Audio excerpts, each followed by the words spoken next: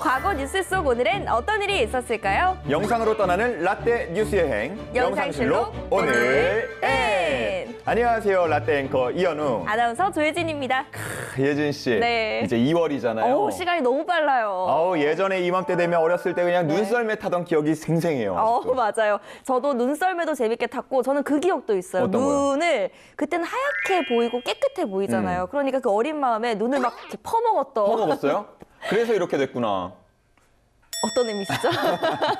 아니 근데 요즘 아이들은 네. 말이에요. 그 눈을 오리 형상으로 만들어가지고 놀던데 그거 봤어요? 봤어요. 이렇게 집게가지고 이렇게 하면 그냥 오리가 한 마리씩 막 뚝딱뚝딱 만들어지잖아요. 맞아요. 너무 귀엽더라고요. 이 친구들이 나중에 크면은 야 우리 어렸을 때는 그 있잖아 눈 오면은 오리 만들었어. 라떼는 오리 때 만들었어 이러면서. 근데 왜 그게 꼭 오리인지 아세요? 뭐 아니요? 개도 있고 곰도 있고 뭐도 있는데 그러게요. 그 왜요? 의미가 다 있어요. 어떤 건가요? 이 오리들을 만들면 내년에도 눈오리? 자, 들어가 보겠습니다. 이렇게 얘기하다 보니까 예전 2월의 풍경이 또 그립기도 하고 또 어떤 일이 있었는지 궁금해지기도 하네요. 자, 그럼 오늘은 2월 4일부터 2월 10일까지 한 주간의 과거 뉴스를 한번 살펴볼 텐데요. 먼저 2월 4일의 뉴스부터 함께 보시죠.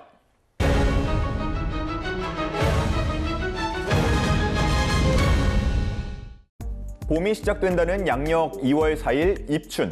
1964년 이날엔 식량 증산 계획 발표가 있었습니다. 1960년대 초까지만 해도 우리나라는 연간 500만 석 이상의 곡식을 외국에서 들여올 만큼 식량 수급 사정이 열악했는데요.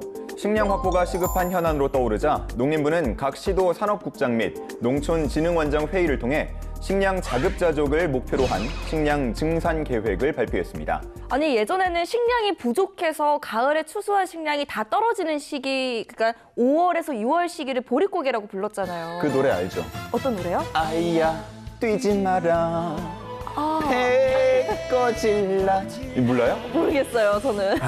또 이렇게 보릿고개를 모르시는 네. 어렸을 때 보릿고개를 안 지나봐서 그래요. 예전에는 지나보셨어요? 이렇게 보릿고개를 연례적으로 반복되던 그런 시기가 있었습니다.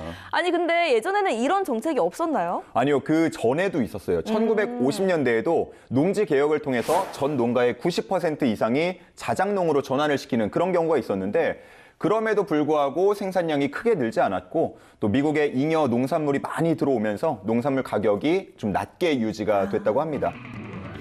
그 당시에는 뭐 빈곤 퇴치, 극복 뭐 이런 상징적인 느낌이 있었네요. 굉장히 전력을 쏟아부은 계획이었던 것 같은데요. 그렇죠. 1962년에 개간 촉진법이 제정이 되면서 이 개간 사업이 전국적으로 확산하기 시작했는데 저기 아세요? 어떤 거요? 고성 녹차밭? 알죠. 그런데 가면 보이는 이 계단식 개간 네네네. 아시죠? 예, 그런 거가 바로 이제 그때 한창 확산하기 시작했던 거라고 합니다. 1964년에 전국에 그 기술이 전파가 되면서 아주 여기저기서 볼 수 있었죠. 이러한 노력의 결과로 1964년도 증산 실적은 105만 석을 초과 달성하며 마무리했는데요. 이후에도 식량 증산과 자급자족을 위한 장단기 계획을 수립하라는 대통령 지시에 따라 1964년 8월 식량 증산 7개년 계획이 확정, 발표되면서 1965년부터 더욱 본격적인 식량 증산 운동이 활발히 펼쳐졌습니다. 그러면 이번에는 1945년으로 가보겠습니다. 제2차 세계대전 말기 1945년 2월 4일 미국의 루스벨트 대통령과 영국의 처칠 수상 그리고 소련의 스탈린 대원수가 크림반도 얄타에 모였습니다. 당시 이탈리아가 이미 항복한 상태이고 독일마저 패전의 기미가 보이자 연합국 지도자들은 나치 독일을 최종 패배시키고 그 후에 점령 방법을 논의하기 위해 모인 것인데요. 이 회담에서 독일의 분할 및 비무장화와 선거 합의, 나치 독일 전범과 잔재의 청산, 유엔의 창설, 소련의 대일본 전쟁 참전, 폴란드의 정부 구성과 영토 문제 등이 결정되었습니다. 사실 이 회담을 기점으로 냉전의 시작이라고 보는 시각도 있습니다. 아니 근데 무슨 대립이 있었길래요? 갈등의 씨앗이 된 건 폴란드였는데요. 소련의 입장에서는 지리적인 이유로 폴란드를 영향권 안에 둬야 했고 또 영국은 폴란드랑 동맹 관계였기 때문에 그쵸? 이 폴란드를 어떻게 처리할 것인가 이에 대한 갈등이 있었던 거죠. 아니 그래서 결론은 어떻게 났어요? 폴란드 국민들의 뜻에 맡기기로 했습니다. 또 당시 회담에서 결정된 소련의 대일전 참전은 향후 우리나라의 분할에 많은 영향을 끼쳤고 신탁 통치에 대한 이야기가 나오기도 했습니다. 당시 처칠은 이 회담은 비밀로 해둡시다. 전 세계의 많은 사람들이 오늘 우리가 이 자리에서 마음대로 운명을 재단했다는 것을 알게 되면 매우 불쾌할 테니 말이요. 라는 말을 남기기도 했다는데요. 하지만 이듬해 이런 내용이 드러나면서 얄타 협정은 강대국끼리 전후 이익을 챙기는 데 치중했다는 비난을 받기도 했습니다. 이 밖에도요. 2월 4일에는 1789년 미국 초대 대통령 조지 워싱턴 선출, 1948년 영국으로부터 스리랑카 독립, 1976년 과테말라 대지진, 1980년 경부 고속전철 건설 발표 등이 있었습니다.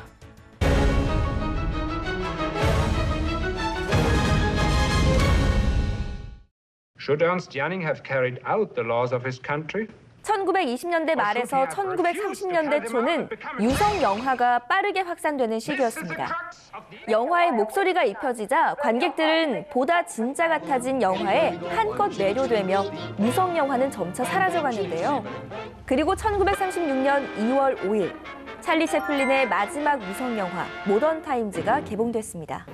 모던 타임즈는 찰리 채플린이 직접 각본을 쓰고 감독과 제작, 주연, 그리고 영화 음악까지 맡은 영화인데요. 찰리 채플린이 공장에서 나사 조이는 일을 반복하는 공장 노동자로 등장해 산업화 시대의 인간 소외를 코믹하게 그려낸 작품입니다. 그래서 모던 타임즈를 유성 영화라고 보는 시각도 있어요. 대사는 없지만 찰리 채플린의 노래 장면이 담겨 있거든요. C'était la douce dorée, j'ai notre socafore, j'ai notre citavore, j'ai la toula tila toi. 야, 맞아요. 소리가 났던 기억이 나. 네, 근데 맞아요. 이거 가사는 무슨 내용이에요? 없어요. 가사 내용이 없어요. 무슨 말이에요? 그냥 찰리 채플린이 즉흥적으로 부른 건데요. 프랑스어랑 이탈리아어가 섞인 의미 불명의 어떤 말이라고 합니다. 원래는 원곡이 있었는데 찰리 채플린이 아무렇게나 부르고 더 넌센스 송이라는 이름을 붙였다고 합니다. 사운드 트랙은 영화 전체를 관통하는 웅장한 메인 타이틀을 포함해 총 18곡이 담겨 있는데요. 특히 그중 로맨틱한 장면에 흘러나온 곡 더 로맨스 팀은 원래 가사가 없었지만 이후 넷 킹 콜과 마이클 잭슨의 목소리가 입혀져 세상에 나오기도 했습니다. When there are clouds in the sky. 모던 타임즈 영화 마지막에 보면 막 스마일 해가지고 둘이서 사라지잖아요. 인생은 멀리서 보면 희극, 가까이서 보면 비극. 그 말을 잘 나타내주는 그런 장면이 아닌가 싶습니다. 맞습니다. 이번에는 2003년으로 한번 가볼까요? 2003년 2월 5일 분단 이후 처음으로 금강산으로 가는 육로가 열렸습니다. 강원도 고성의 금강산 콘도에서 북한 온정리의 북한 출입국 관리소까지 39.4km. 버스로 채 40분도 걸리지 않는 길이지만 이 길이 열리는 데는 53년이란 긴 세월이 필요했는데요. 야, 버스로 40분이면 진짜 가까운 거리잖아요. 그렇죠. KTX로 서울에서 대전 거리니까. 와, 근데 그걸 그대로 가지 못하고 예전엔 돌아서 갔던 거죠? 맞아요. 1998년 11월에 해상 유람선으로 금강산 관광이 시작됐거든요. 그 이후에 5년 만에 육로 관광이 실현된 거죠. 북측이 최전방 비무장지대의 일부를 개방함으로써 남북은 돈으로 환산할 수 없는 긴장 완화 효과를 얻었고 이듬해인 2004년 당일 관광과 함께 1박 2일, 2박 3일 관광 상품까지 등장해 사업 시작 7년 만인 2005년 6월 누적 관광객 100만 명을 돌파했는데요. 하지만 2008년 7월 금강산 관광은 예상치 못한 관광객 피살 사건으로 중단됐습니다. 이번 사고에 대한 진상조사가 완료될 때까지 금강산 관광을 잠정 중단할 것입니다. 중단됐던 금강산 사업은 2018년 남북 정상의 평양 공동선언으로 재개에 대한 기대감이 올라갔는데요.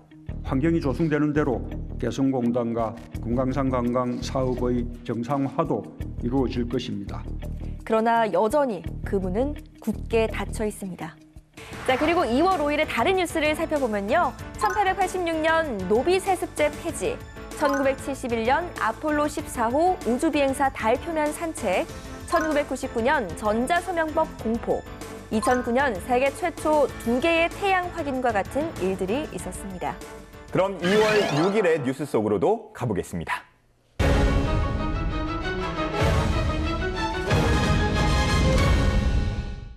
1996년 2월 6일 모든 재난사고 신고 전화가 119로 통일됐는데요.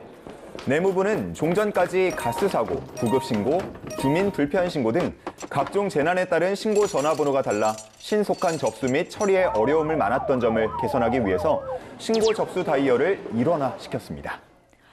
그러면은 번호가 다 달랐던 거예요? 그렇습니다. 가스사고는 0019, 구급신고는 129, 그리고 주민 불편신고는 120 이런 식으로 다 구분이 돼 있었습니다.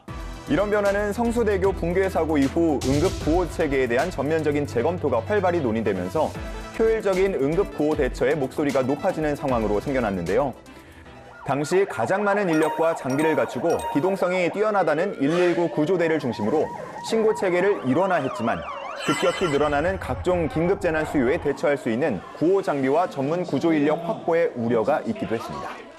당시 휴대용 전화기를 통한 재난 신고도 국번 없이 119만 누르면 가장 가까운 소방서에 접수될 수 있도록 하면서 휴대용 전화기 신고 건이 늘어날 것을 대비해 전용 회선을 317회선으로 대폭 증설하는 등 만전을 기울였습니다. 이후 정부는 세월호 참사 이후 국민안전 관련 신고 전화를 긴급신고 112, 119, 비긴급신고 110으로 단순화해 2016년 7월부터 서비스를 시행해 왔는데요. 통합 서비스 전에는 국민이 잘못 전화를 할 경우 다시 전화를 걸어야 하는 불편이 있었지만 통합 후에는 기관 간 신고를 이관토록 하면서 처리 시간이 40% 이상 단축된 결과를 가져왔습니다. 그러면 이번에는 1952년으로 한번 가볼까요?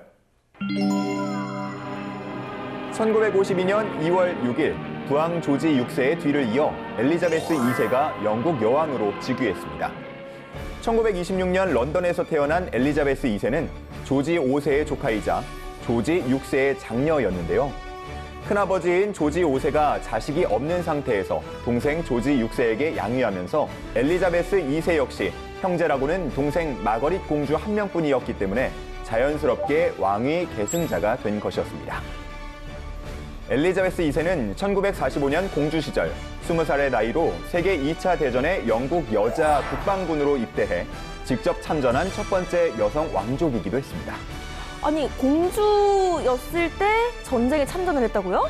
정말 쉽지 않은 결정이었을 것 같은데 아버지를 졸라서 나 참전하고 싶다 이렇게 졸라서 했다고 합니다. 근데 목숨이 오가는 전장터에 딸을 보낼 수는 없잖아요. 아버지 그쵸. 입장에서는. 그러다 보니까 조지 6세가 전투 부대에 배치되는 대신 구호품 전달 서비스 부대에 배치를 했다고 합니다. 그것도 되게 조마조마하셨을 것 같은데. 그렇죠. 또한 1993년 여왕 스스로 왕실 면세 특권을 포기하고 다른 국민들과 같이 세금을 납부하기로 결정했는데요. 그녀는 1947년 그리스와 덴마크의 왕자 필립과 결혼해 3남 1녀를 두었고 지난해 4월 9일 향년 99세로 필립 공이 세상을 떠나자 지난 크리스마스 메시지에서 익숙한 웃음이 하나 사라졌다라면서 남편을 추모했습니다. And for me and my family, even with one familiar laugh missing this year, there will be joy in Christmas as we have the chance to reminisce. 올해로 엘리자베스 2세 여왕이 왕위에 오른 지 70주년이라고 합니다. 그래서 더 의미가 깊게 느껴지는 것 같습니다. 이 밖에도요, 2월 6일에는 1922년 조선 교육령 개정, 1945년 자메이카 레게 가수 밥 말리 출생, 2001년 북한과 캐나다의 국교 수립과 같은 일들이 있었다고 합니다. 자, 그럼 이번에는 2월 7일의 뉴스 속으로 한번 떠나보실까요?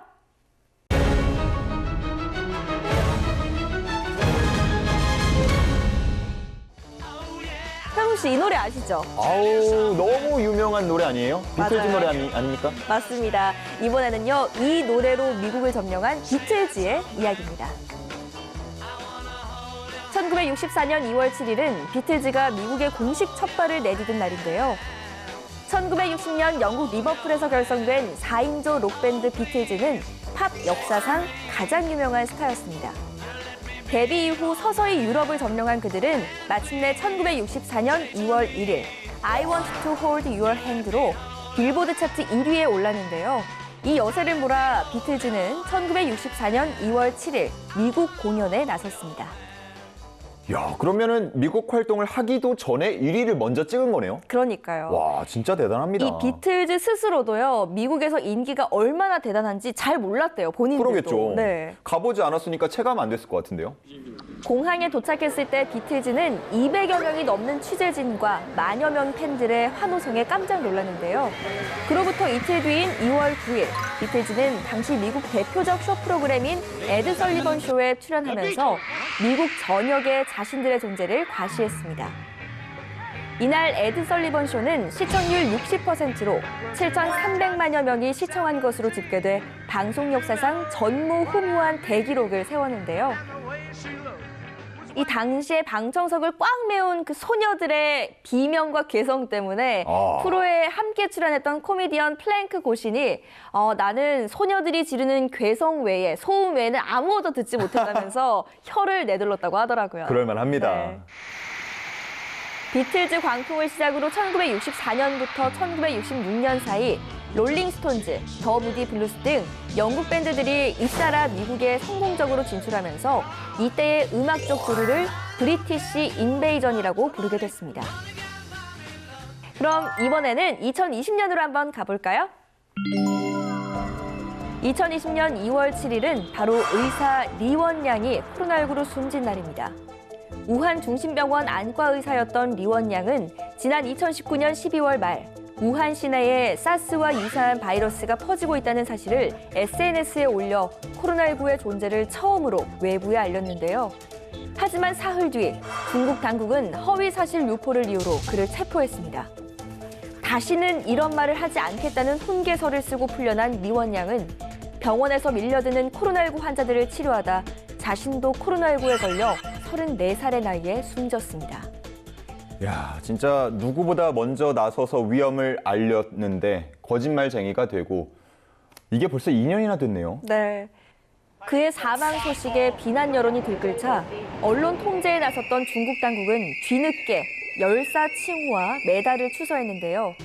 그러나 코로나19의 존재를 알린 사실은 공적서에 넣지 않았습니다. 리원양이 코로나19의 존재를 세상에 알린 지 2년.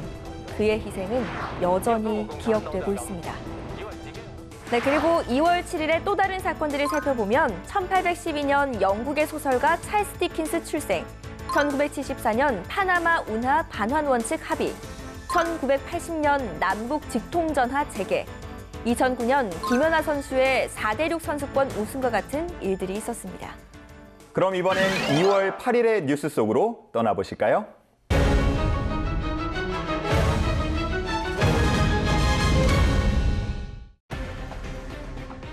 (1987년 2월 8일) 북한 청진의과대학 병원에서 의사로 일하던 김만철 일가 11명이 귀순했습니다. 그들은 1987년 1월 15일 새벽 1시경 청진항에서 50톤급 배 청진호를 타고 북한을 탈출해 25일 만에 한국에 도착했는데요. 이 사건이 있기 전까지 개인 차원에서 남한에 귀순한 경우는 자주 있었지만 장모, 처남, 처제까지 포함된 일가족이 집단으로 탈북해 귀순한 것은 이날이 처음이었습니다. 아니 근데 의사면 북한에서 못 사는 편은 아니었을 것 같은데 왜 탈북을 하셨을까요? 이때 막내 동생이 총살을 당했다 그래요. 그걸 계기로 북한 탈출을 결심하게 됐다고 합니다. 이들 일가족의 귀순 과정은 쉽지만은 않았습니다. 당시 탑승한 청진호의 엔진 고장으로 해상을 표류하다가 일본 수루가 항구에 닿았는데 이때 일본 측이 통역 요원으로 친북 성향의 제1동포 단체 조총련 동포를 승선시켜 불법 입국 경위를 조사하게 된 것이 화근이었는데요. 일본 입국 경위를 조사하는 과정에서 김만철 일가는 따뜻한 남쪽 나라를 귀착지로 밝혀 은연중에 한국행 의사를 표명했으나 조총련계 동포인 마스야마를 비롯한 간부들의 협박으로 가족 간에 망명지를 놓고 의견이 엇갈리는 사태가 발생한 것입니다. 이후 한국 정부가 일본 정부에 이들의 인도를 공식 요청했지만 일본 측은 북한과의 관계를 의식해 한국으로의 인도를 선뜻 수락하진 않았는데요. 한편 북한은 일본 측에 이들을 송환시킬 것을 요청하고 공해상에 북한 경비정을 대기시켜 놓고 있었습니다. 김만철 일가가 제3국 망명을 희망함에 따라 2월 3일 타이완 정부와 협의 끝에 단기간 경유 체류를 조건으로 타이완행을 결정했고 타이완에 머무르는 동안 남쪽 대표단의 설득으로 2월 8일 김포공항에 도착하게 됐습니다. 자, 이번에는요, 1931년으로 가보겠습니다. 미국에서 전설로 회자되는 영화 배우이자 할리우드의 젊음과 반항의 아이콘, 원조 반항아 제임스 딘. 그가 등장하기 전까지 영화 배우가 여자들에게 큰 인기를 누리는 경우는 많았지만 제임스 딘은 이례적으로 여자들과 남자들 모두에게 인기를 누린 영화 배우였는데요. 연기력 또한 인정받아서 영화 역사 최초로 사후에 아카데미 연기상 후보에 오르기도 했습니다. 그는 1954년 영화 에덴의 동쪽에서 카잔의 발탁으로 어두운 가정에서 자란 섬세하고 예리한 청년 역을 맡아 현대 미국이 안고 있는 고뇌의 일면을 상징하는 듯한 존재로 등장했는데요. 그해 고속도로 자동차 사고로 24살의 나이에 그만 세상을 떠나고 말았습니다. 그리고 제임스 딘이 여성들에게 굉장히 인기가 많았을 것 같잖아요. 네. 근데 그중에 딱 한 명의 찐 사랑이 있었다고 합니다. 누굴까요? 그게 바로 이탈리아 여배우 피어 안젤리였다고 합니다. 하지만 안젤리 부모님의 반대로 이 다른 남자와 결혼을 하게 되거든요. 네. 그래서 제임스 딘이 사망하기 사흘 전에 그 남편 빅 데이먼을 찾아가서 그녀를 행복하게 해달라. 이렇게 어머나. 또 이야기를 했다고 합니다. 아이고야, 엽기적인 그녀처럼. 근데 돌아오는 대답이요. 내 아내니까 너 그만 잊어. 그쵸. 자꾸 치근대지 마. 떠나. 약간 이런 얘기를 들었다고 합니다. 네. 그러니까 쓴 웃음을 지으면서 돌아오는 길에 그 후로 차를 엄청나게 과속을 했다는 얘기가 있습니다. 아. 영원히 살 것처럼 꿈꾸고 오늘 죽을 것처럼 살아라. 불꽃처럼 살다간 영화 같았던 그의 생애가 이 말 속에 모두 담겨 있습니다. 그리고 2월 8일의 다른 뉴스를 살펴보면 1919년 28 독립선언, 1924년 미국에서 최초의 독가스 사형 집행, 1973년 모자 보건법 공포, 1988년 국내 첫 인공심장 개발과 같은 일들이 있었습니다. 그럼 이번에는 2월 9일의 뉴스 속으로 한번 출발해 볼까요?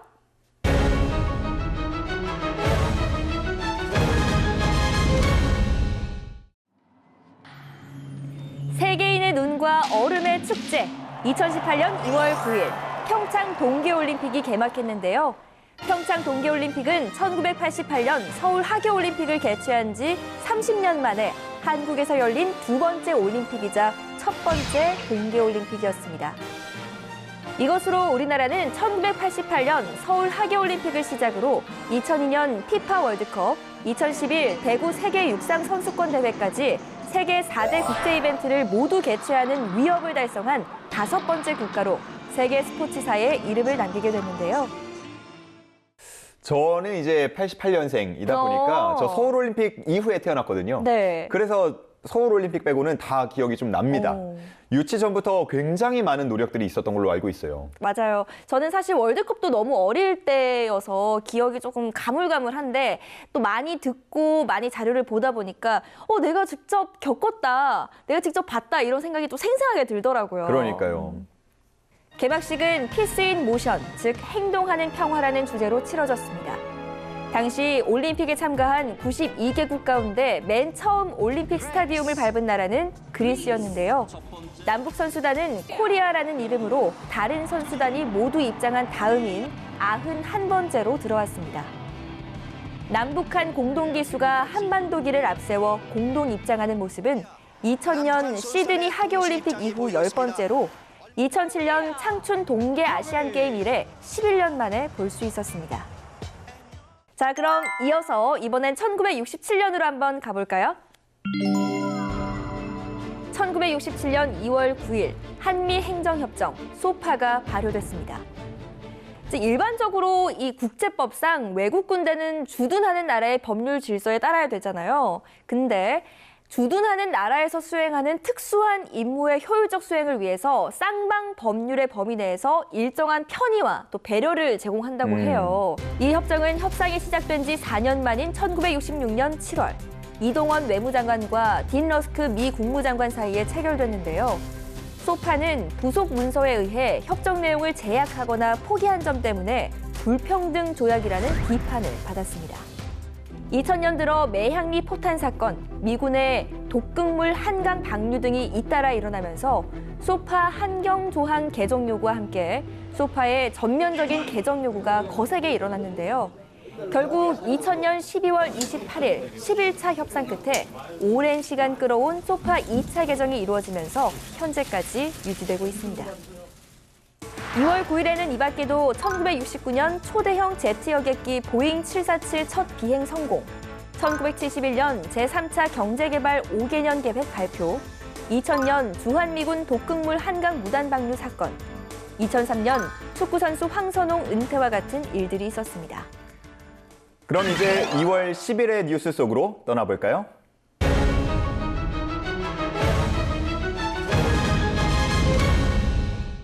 (2008년) 설 연휴 마지막 날이었던 2월 10일 오후 8시 50분쯤 원인 모를 불이 흰 연기와 함께 숭례문을 뒤덮었는데요.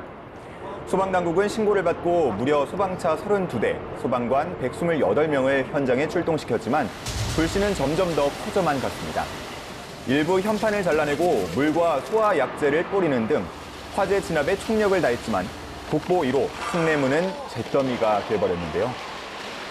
당시 지켜주지 못해 미안해라는 그 문구로 애도를 표했던 기억이 나네요. 저 때 진짜 너무 화가 났어요. 맞아요. 체포된 방화범이 밝힌 이유는 바로 돈. 당시 60대 남성으로 택지 개발에 따른 자신의 토지 보상액에 불만을 가진 사람이었습니다. 그는 2006년 4월 26일 같은 이유로 창경궁에 불을 질러 징역 1년 6개월의 집행유예 2년을 받은 적도 있었는데요.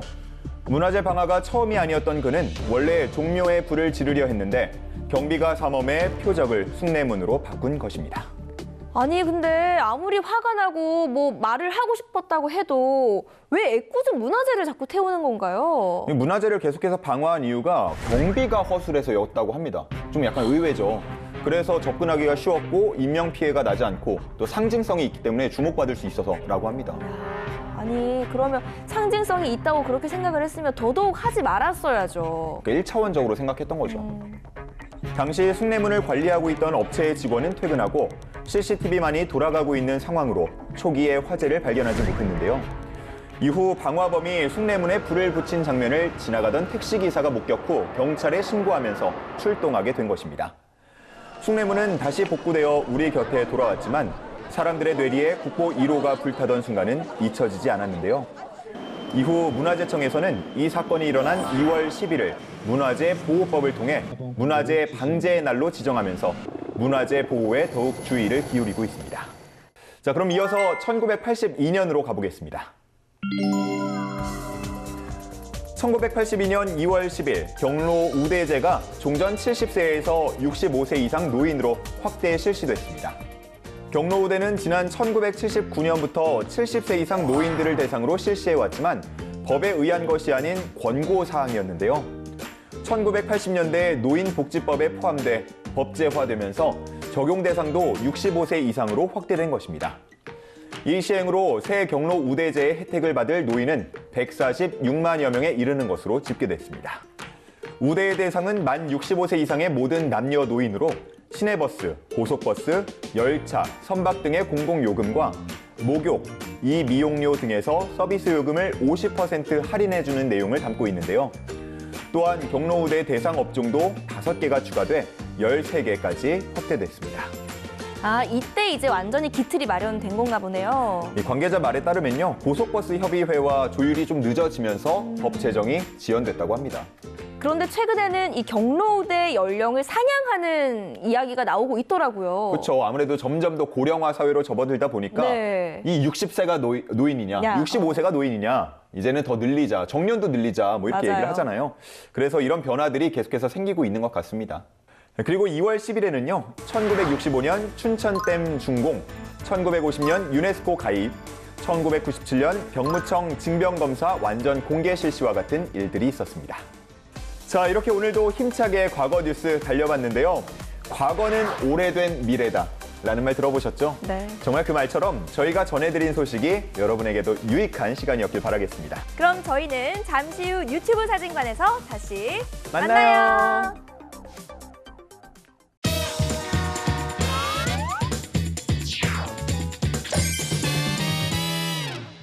모든 역사는 한 장의 사진으로 남는다. 뉴스로 추억을 소화하는 레트로 감성 라떼 맛집. 뉴스와 함께 세상 모든 것의 역사를 알아보는 시간. 인생이 뉴스다. 우리의 인생 사진을 만나볼 수 있는 유튜브 사진관에 오신 걸 환영합니다. 여기는 라떼 월드. 라떼는 말이야. 어머, 라떼. 아니 근데 요즘에 집 밖을 못 나가겠어. 맞아. 근데 그 집에만 있다 보면 또 너무 답답하잖아요. 정말 얼마나 답답해. 그냥 몸이 막 그냥 근질근질하다고요. 그러니까 이럴 때는 그냥 한강 뷰가 쫙 보이는 그 아파트에 살면 답답하지도 않고 그 한강물이 쫙 물멍 때리면 그치. 시간도 잘 가고 명상도 되는데 그런 데는 또 너무 비싸. 비싸. 너무 비싸. 한강 너무 좋죠. 저도 옛날에 한강 주변에 산 적이 있었거든요. 어머, 한강이 보이는 아파트에 사셨어요? 조금 멀리서 이렇게 까치발을 들어야지 보이는 정도. 그래도 보이잖아. 그게 보이긴 보이네. 네네. 그런 데서 산 적이 있었는데 제가 생각이 한창 많을 때, 고민이 많은 시기, 취준생일 때, 이제 그럴 때 한창 그 한강에 혼자 가서 두 가지를 사요. 이제 한 손에는 맥주, 한 손에는 치토. 말해도 되나요? 아세요? 삐처리 해주시고. 언젠가 먹고 갈 거야. 치토땡이요? 치토땡 이렇게 예. 사가지고 혼자 가서 혼술을 했던 기억이 있네요. 와. 그것도 멋있다. 이게 집에서 청승맞게 혼자 먹는 게 아니라 한강에 가서 자, 갈매기들 안녕. 새우깡이랑 같이 나눠 먹으면서. 한강에 갈매기요. 갈매기 없나요? 갈매기는 없고 그 제비들만 있어. 제비족. 그렇게 말을 많이 걸었대 유진 씨한테. 제비족이요? 예. 야, 너 세대가 어떻게 되니? 오렌지족. 오렌지죠? 나중에 그 역사도 한번 알아봐도 되겠다. 날라리의 맞아요. 역사. 그때 세대들의 그 잘 노는 사람들의 역사.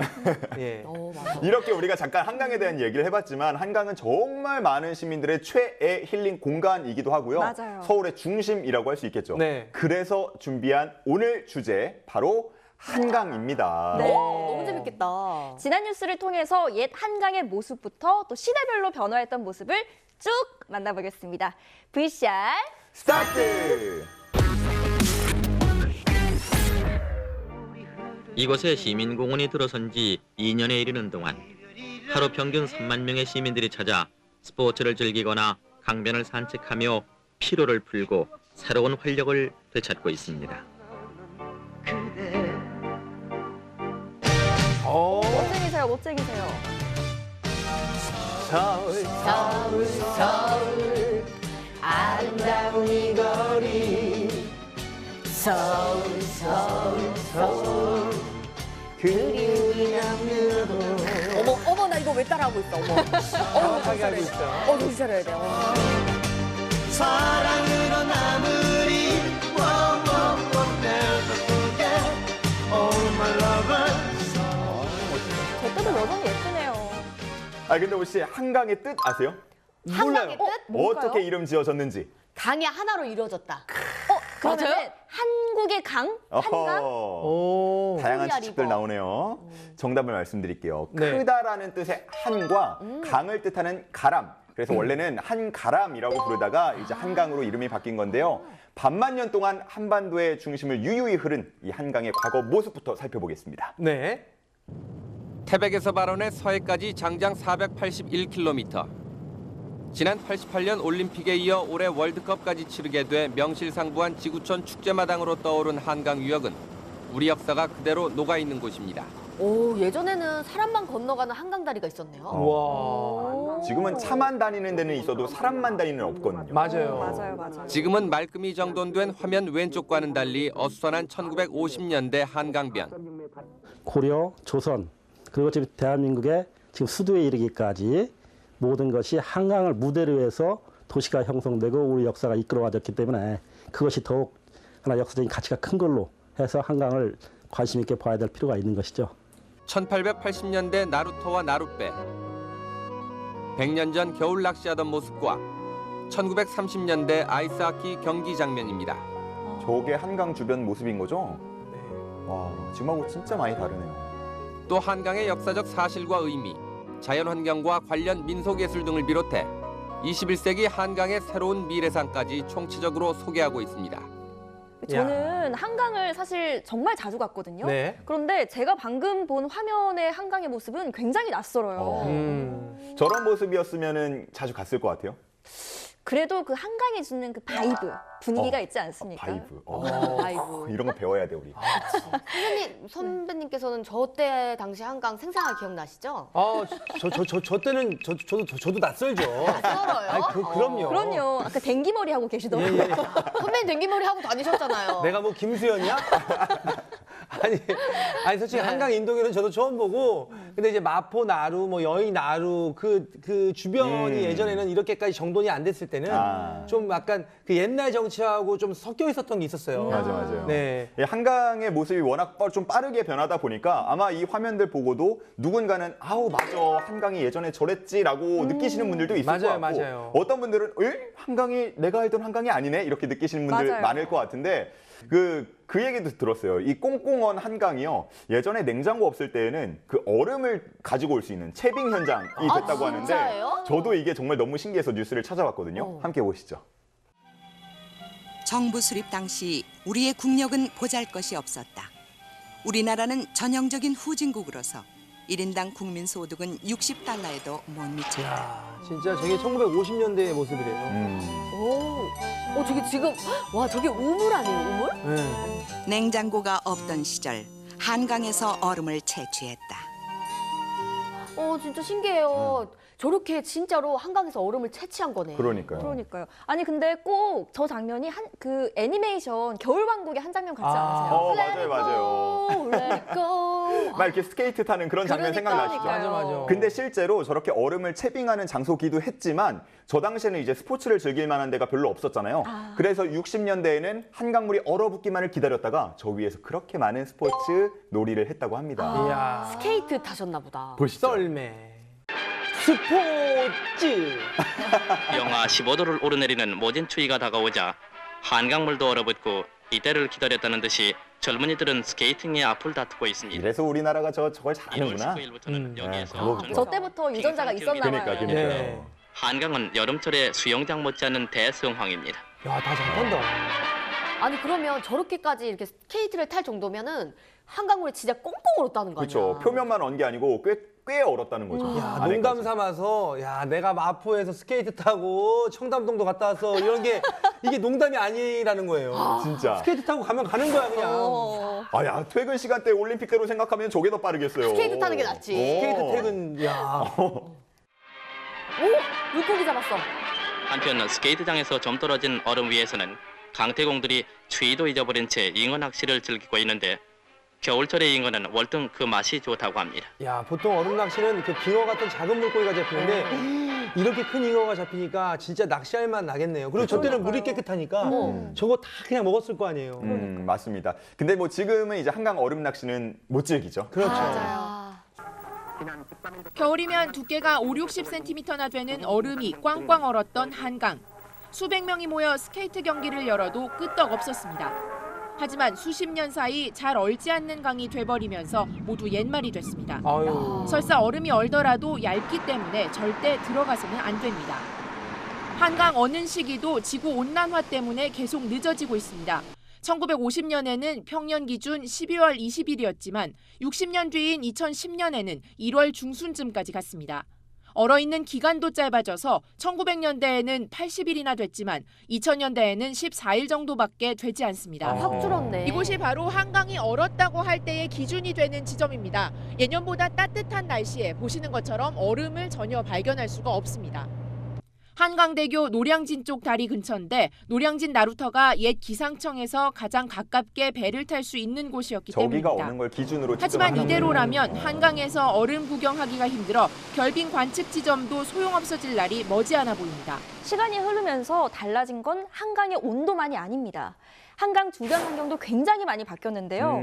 대한민국은 1960년대부터 급속한 산업화와 함께 이것이 이루어졌죠. 뭘까요?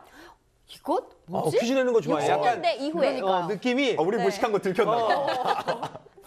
아주 많이 들어봤어요. 한강. 그쵸. 60년대. 한강 뭐요? 정답. 나 이거 맞춰야 될 것 같은데. 맞추세요. 한강의 기적. 그렇습니다. 한강의 기적? 한강의 기적을 만들어냈죠. 맞아, 우리 선배들이 만들어줬죠. 맞아요, 선배들이. 이 개발을 통해서 달라진 한강 주변의 모습을 과거 뉴스로 만나보시죠. 서울시는 때를 같이 해서 한강 주변을 종합적으로 개발하기 위한 원대한 계획에 출발 신호를 울렸습니다. 이곳은 여의도 주변으로 여기를 개발해서 강변 도시를 건설하자는 것입니다. 아니 그냥 진짜 허허벌판이네요, 여기가. 여의도의 낮은 땅을 약 15m가량 높이 돋우고 나면은 민족의 광장이 설치되고 국회의사당을 비롯해서 고층 아파트와 박물관, 체육관, 미술관이 건립되는 외에 각종 오락시설도 곁들이게 될 것이며 공원도 마련돼서 이상적인 행정도시를 만들게 될 것입니다. 야, 정말 신기한 게 정말 저 그림대로 지금의 여의도가 완성이 됐잖아요. 그러니까요. 너무 신기해. 근데 이렇게 한강을 중심으로 대한민국이 빠르게 성장한 건 맞지만 동시에 무분별한 개발로 수질오염 같은 여러 가지 문제에 직면하게 됩니다. 그렇겠네요, 진짜. 그러나 한강의 기적이라는 영광 뒤에는 쓰라린 기억이 늘 함께했다. 인구의 과도한 집중, 그리고 무분별한 개발과 이용으로 많은 문제들이 발생하기 시작한 것이다. 이제 좀 저희한테 익숙한 모습이 나오기 시작했어요. 개발이 막 점차 되는 거죠. 이에 대한 반성에서 시작된 것이 80년대의 한강 종합 개발이다. 86 아시안게임과 88 서울올림픽을 앞두고 한강을 새롭게 정비한다는 차원이었다. 제가 어릴 때 봤던 한강의 모습이네요, 이제. 민족의 젖줄 한강이 다시 살아 숨쉽니다. 상승하는 민족의 새 기운을 상징하며 새 모습으로 탄생했습니다. 만 4년간의 대역사 끝에 물길은 깊고 넓어졌으며 연변에는 시원한 길이 열렸습니다. 그러니까 저 때부터 한강 고수부지에 공원이 생겨나서 시민들이 한강을 많이 찾았죠. 맞습니다. 저도 그때쯤 가본 것 같아요. 네. 맞아요. 그 한강에 굽이진 물주기를 곧게 펴고 양옆으로 콘크리트 제방을 쌓는가 하면 사시사철 수량을 확보해서 가뭄에도 강바닥이 드러나지 않게 됐는데요. 4년간의 긴 공사 끝에 이제는 완전히 새로운 모습으로 태어나게 된 거죠. 이야. 뭐야? 계속 가는 거예요? 한강 종합개발 사업이 준공된 지 첫 돌을 맞아 한강이 다시 태어난 것을 경축하는 제1회 한강의 날 축제가 한강변 9개 시민공원에서 펼쳐졌습니다. 시민들에게 새로운 휴식 공간을 제공해주고 있는 한강. 그러나 아무리 좋은 시설도 이용자가 잘 가꿔야만 그 생명을 유지할 수 있습니다. 이 한강의 랜드마크라고 하면 떠오르는 것들이 몇 가지 있죠. 그중에서 유람선도 있잖아요. 이 유람선도 바로 이때부터 운행되기 시작했다고 합니다. 너무 좋았어요. 덕분에 그 많은 연인들이 그 한강에서 타이타닉의 한 장면을 패러디하고 내가 하늘을 날고 있었어요. 이 갈매기는 뭐야? 근데 이렇게 호들갑을 떨었었나? 그루브를 너무 많이 타는 거 아니에요? 이게 여기서 이렇게 좀 바람이 좀 나와야 될 것 같은데. 난 목이 비둘기인 줄 알았네. 자, 다음 화면도 한번 살펴보시죠. 네. 이렇게 달라진 모습으로 시민들에게 많은 추억을 만들어주고 있는 게 바로 한강인데 개발이 이루어지면서 한강에서 사라진 섬도 있다고 합니다. 정말? 사라진 섬이 있어요? 서울 중랑천과 한강 본류가 만나는 곳에 모래가 쌓이면서 생겨난 섬 저자도. 자연경관이 절경을 이뤄 조선시대 왕실과 귀족들의 피서지였습니다. 압구정동 개발에 모래가 모두 사용되면서 지금은 흔적도 없이 사라졌고 이따금 철새들만 찾아들고 있습니다. 1960년대까지만 해도 한강이 지나가는 섬마을이었던 잠실. 한강변 동부서울의 새 시가지 건설을 위한 잠실 지역 개발 공사가 서울 성동구 송파 현장에서 기공되었습니다. 잠실이 원래 섬이었어요? 아파트 숲이 들어서면서 물줄기가 바뀌었고 뽕나무 가득했던 잠실도와 부리도, 무동도는 모두 육지가 됐습니다. 옛날에는 그냥 그 풀밭이지 풀이고 그냥 수북에 나가지고 그냥 이제 그 사람도 안 댕기고 그냥 그러고 있는데 거기다 이제 매립을 해가지고. 1967년 60여 세대가 염소를 키우고 약초를 캐며 모여 살던 밤섬. 밤섬? 작은 해금강이라 불릴 만큼 아름다웠던 밤섬은 여의도 개발에 쓰일 돌을 채취하기 위해 폭파되면서 섬의 대부분이 사라졌습니다. 한강 주변과 여의도를 개발하는 계획에 따라 세층 밤섬이라고 불리우는 이 섬이 아주 없어지게 됩니다. 아유, 무분별하긴 하네요, 진짜. 60가구가 살았대잖아요. 60가구나요? 다행히 퇴적물이 쌓이고 나무와 풀이 살아나면서 조금씩 자연의 모습을 되찾아가고 있습니다. 도시화되는 과정에서 많은 모습이 변했지만 지금부터라도 자연적으로 생성되는 섬의 모습은 그대로 살려나가고 현재 한강에 남아있는 섬은 여의도를 비롯해 모두 5개. 생성과 소멸을 반복해왔지만 예나 지금이나 한강섬은 도심 속 자연을 즐길 수 있는 휴식처가 되고 있습니다. 아니 요즘엔 섬도 인공적으로 많이 만들잖아요. 한강에 그렇게 생겨난 섬은 없나요? 아우, 사라지기만 하면 너무 섭섭하죠. 그쵸. 당연히 만들어진 것도 있습니다. 함께 네. 살펴보시죠. 어둠이 내려앉는 한강. 세 개의 섬이 환한 빛을 뽐내며 한강을 밝힙니다. 바로 대형 인공섬 세빛둥둥섬입니다. 아, 세빛둥둥섬. 첫 삽을 뜬 지 1년 8개월 만에 옥상 전망 공간부터 문을 열었습니다. 한눈에 내려다 보이는 한강에다 유람선과 자동차 불빛이 어우러져 이국적인 야경을 만들어냅니다. 옥상에 가서 보니까요. 안 보이는 63빌딩까지 아주 맑게 보일 정도로요. 날씨가 LED 조명으로 감싼 외관은 한밤중에 즐기는 야외 갤러리입니다. 옛날 젊었을 때 데이트 할 때는 이런 것들이 없어가지고 또 나름대로 그런 또 저게 있었는데 또 이런 새로운 공간들이 생기니까 지금은 나이 들어서 또 새로운 그런 또 느낌이 드네요. 아니 근데 듣고 보니까 이 한강이라는 장소가 없던 사랑도 없던 우정도 생겨나게 해줄 것 같아요. 네. 그 특유의 분위기가 있잖아요. 맞아요. 원래 그 물을 보면서 고백을 하면 성공 확률이 높다는 이야기가 그런가요? 있어요. 진짜요? 네, 정말로. 그래서 한강에서 메모해- 정말 네. 많은 고백을 하잖아요. 메모해 놓으세요, 선배님. 저요? 네. 저는 산 경험이 있죠. 네. 많이 해보신 것 같은 성공했어요, 그래서? 눈빛인데. 네? 성공했어요? 묻지 마세요. 저 이 말 안 믿으니까. 예. 눈물이 왜 이렇게 나지? 야, 나는 거기 물을 보면서도 거절당했어. 얼마나 싫은 거야, 내가. 무슨 물을 보면 성공 확률이 높아 들어가고 싶더만 그냥 아주 그냥 이건 안 되나? 이렇게 시민들의 사랑을 한껏 받고 있는 한강에서는 아주 이색적인 행사들이 열리고 있다고 하는데요. 그중에서도 가장 이색적인 행사들을 몇 개 꼽아봤습니다. 뉴스와 함께 만나보시죠. 귀여워. 유치원생부터 6학년까지 어린 학생들이 선생님의 동작에 맞춰 열심히 준비 운동을 합니다. 드디어 운명의 순간. 물에 뜨는 안전장치로 완전 무장하고 친구들과 함께 물속에 뛰어듭니다. 무서워. 가기 싫은 것 같은데. 울지 마, 기회야. 출발하자마자 무서워 울어버린 한 여학생은 아빠 목소리를 듣고는 다시 힘을 내봅니다. 올해 덕수 초등학생들의 한강 건너기 행사에는 53개 다른 초등학교 학생들까지 모두 780여 명이 참여했습니다. 어려움을 극복해 나가고 모험에 도전하는 정신력을 길러주기 위해서 이런 행사를 하고 있습니다. 아니 서울 어린이들은 저렇게 한강에서 수영도 했었나 봐요. 저는 우와. 부산 출신이라 저런 추억이 없거든요. 아, 그래요? 네. 부산은 바다를 건넌다는 얘기가 있던데. 그렇죠. 저희는 이제 저거보다 좀 더 혹독하게 네네. 강이 아니라 바다에서 바다를 놀죠. 건너요? 맞아요. 와우. 축제. 북극곰 축제에서. 네. 와우. 참가한 학생들 대부분이 힘겨움과 두려움을 극복하고 강물 건너기를 해냈습니다. 막상 건너니까요. 이 물속에 들어가니까 애들 이기려고요. 이렇게 재밌게 왔어요.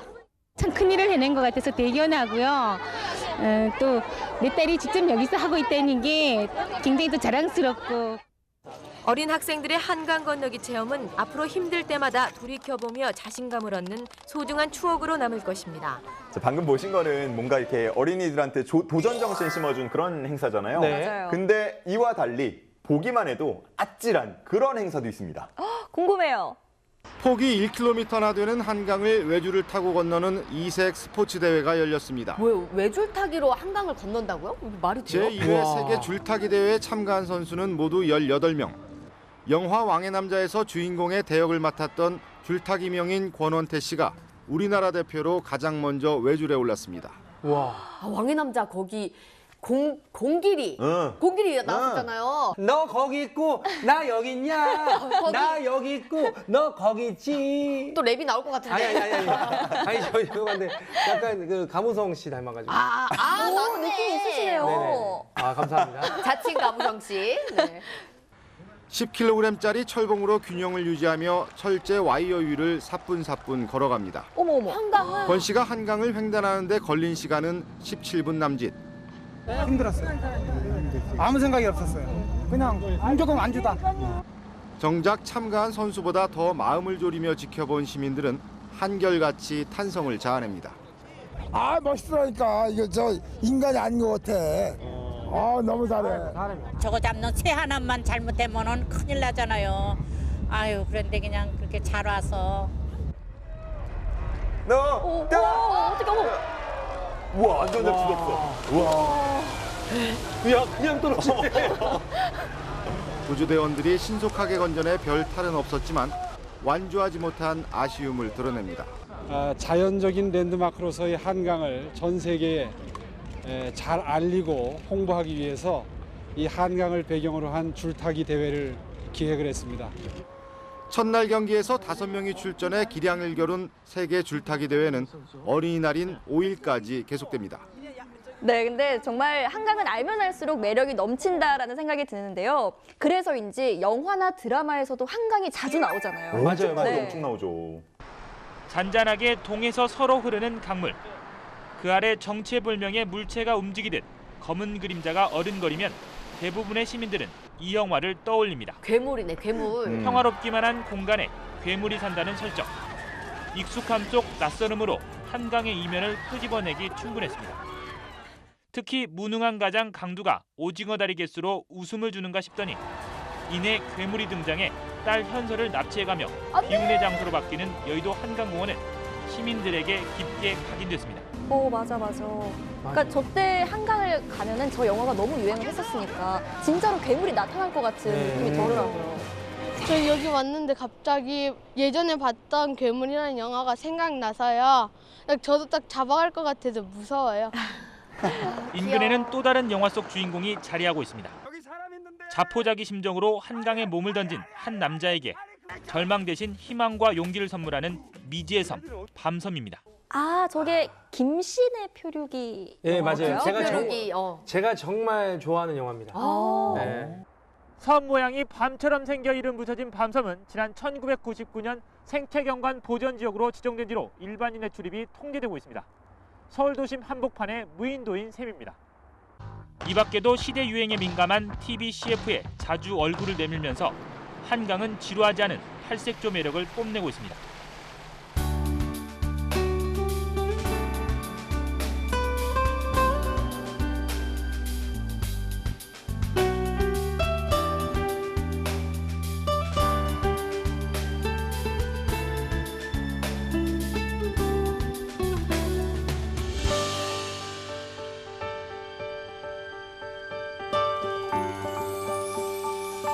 야. 너무 재밌어. 한강 너무 재밌다. 이렇게 뉴스와 함께 한강의 역사를 살펴봤잖아요. 사실 뭐 전해드릴 얘기가 너무나 많죠. 아직 뭐 불꽃 축제도 안 나왔고 네. 정말 왜 그만큼이나 많은 이야기를 담고 있는 게 한강이기 때문인데 이렇게 보고 나시니까 어때요, 소감이? 그리고 우리 주변에 있는 한강은 쉽게 볼 수 있는 거였지만 정말 허허벌판에서 지금까지 이렇게 아름다운 한강이 되기까지 이 변천사를 우리가 또 보여줬잖아요. 정말 신기하면서 우리 나중에 또 미래의 한강 모습은 어떨지 약간 이것도 궁금증이 일어나더라고요. 맞아요. 저도 뭐 개인적으로 되게 좋아하는 장소라서 이 과거의 모습을 보게 되니까 조금 더 애정이 가게 되는 느낌이 드네요. 네. 진짜 너무나 멋진 공간입니다. 한강. 언제나 빛나는 그런 모습으로 서울을 계속해서 지켜줬으면 좋겠다는 생각이 들고요. 네. 언제까지나 우리의 힐링 명소로 쭉 자리 잡았으면 좋겠습니다. 그러려면 우리가 한강을 더 많이 아끼고 사랑해야겠죠? 맞아요. 한강아 사랑해. 사랑해. 지금까지 유튜브 사진관입니다. 뉴스의 바다를 끝없이 떠다니는 본격 뉴스 예능 유튜브. 오늘의 항해는 여기까지입니다. 네, 저희는 한 주 동안 유튜브 타고 신나게 돌아다니면서 재밌는 이야기 더 많이 가지고 올게요. 강물은 흘러갑니다. 제3 한강교 밑을 추억은 흘러갑니다. 유튜브 사진관으로. 여러분 이 노래 들으시려면 다음 주에도 꼭 다시 놀러 오셔야 돼요. 우리는 유튜브. 나 당황했잖아. 내가 저 노래를 어떻게 하는 거야? 강물은 흘러갑니다. 아니 저는 여기서 처음 듣는 노래가 되게 많아요. 아, 그래요? 네. 앞으로 기대되는 양화 대결하고 큐! 양화대 애교. 양화대 애교. 저희 친구도 부산이 고향이라 광안대교 이런 거 얘기하는데 네, 트렌드에 조금 뒤떨어져요. 네. 예전에 이맘때 되면 어렸을 때 그냥 눈썰매 타던 기억이 생생해요. 맞아요. 저도 눈썰매도 재밌게 탔고 저는 그 기억도 있어요. 어떤 거요? 눈을 그때는 하얗게 보이고 깨끗해 보이잖아요. 그러니까 그 어린 마음에 눈을 막 이렇게 퍼먹었던. 먹었어요? 그래서 이렇게 됐구나. 어떤 의미시죠? 물을 보면서 고백을 하면 성공 확률이 높다는 이야기가 있어요. 진짜요? 메모해놓으세요, 선배님. 저요? 네. 저는 산 경험이 있죠. 많이 해보신 것 같은 그래서? 느낌인데? 네? 성공했어요? 묻지 마세요. 저 이만 안 믿으니까. 예. 눈물이 왜 이렇게 나지?